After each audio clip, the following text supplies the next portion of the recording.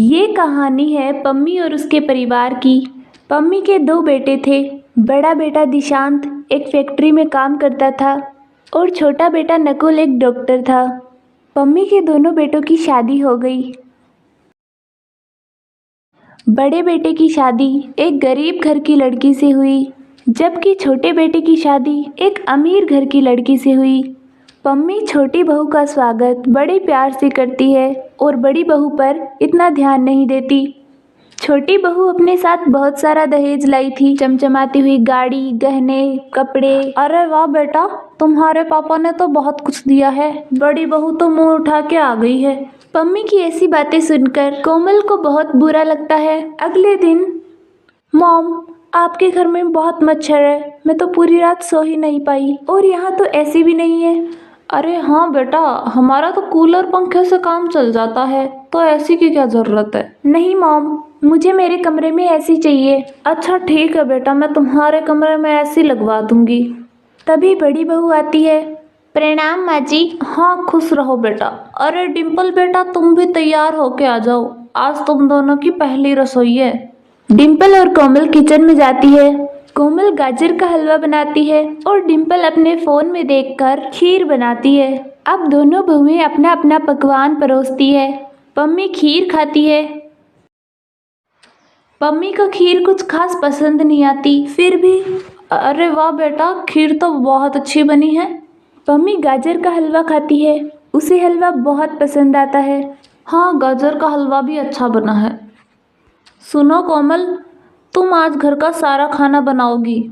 लेकिन क्यों माँ जी, डिम्पल भी तो मेरे साथ खाना बना सकती है। हाँ बहू, लेकिन डिम्पल ने पहले कभी घर का काम नहीं किया ना, ये धीरे धीरे सीख जाएगी। और वैसे भी तुमने तो हमेशा घर का ही काम किया है, इसलिए तुम घर का काम संभालो। नहीं माँ जी, मैंने घर के काम के साथ साथ अच्छी पढ़ाई भी की है। बहू, अब क्या तुम मुझसे बहस करोगी?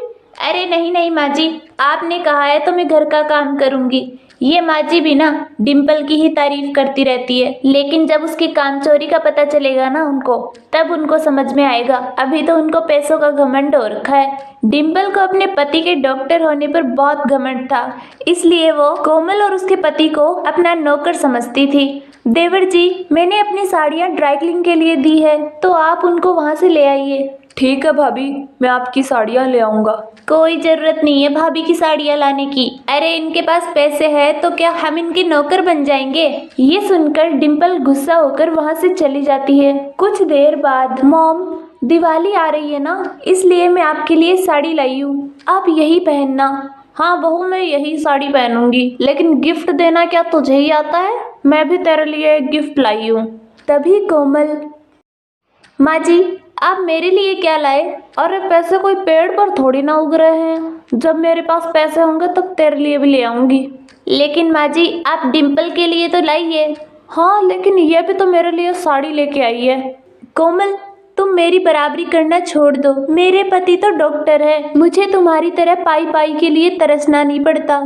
डिम्पल की ऐसी बातें सुनकर कोमल को बहुत बुरा लगता है। वो अपने कमरे में चली जाती है और अपने पति को सारी बात बताती है। देखो कोमल, तुम उदास मत हो, तुम पढ़ी लिखी हो, तुम कुछ कर सकती हो और भाभी का मुंह बंद करवा सकती हो। हाँ, आप सही कह रहे हो, मैं कुछ कर सकती हूँ। अगले दिन कोमल जॉब की तलाश में जाती है और उसे एक अकाउंटेंट की जॉब मिल जाती है। अब कोमल सुबह तैयार हो जाती है। डिम्पल, मैं कैसी लग रही हूँ? हाँ, अच्छी लग रही हो। डिम्पल, मुझे एक जॉब मिल गई है, तो मैं शाम को देर से आऊँगी, तुम मेरा खाना बना के रखना। लेकिन मैं क्यों बनाऊँ तुम्हारा खाना? क्यों?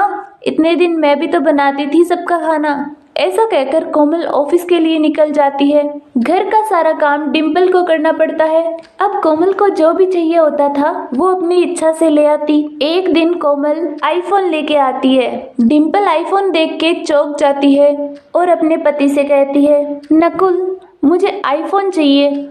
मैंने तुम्हें कल ही तो 10,000 रुपये दिए थे, अब मैं और नहीं दे सकता।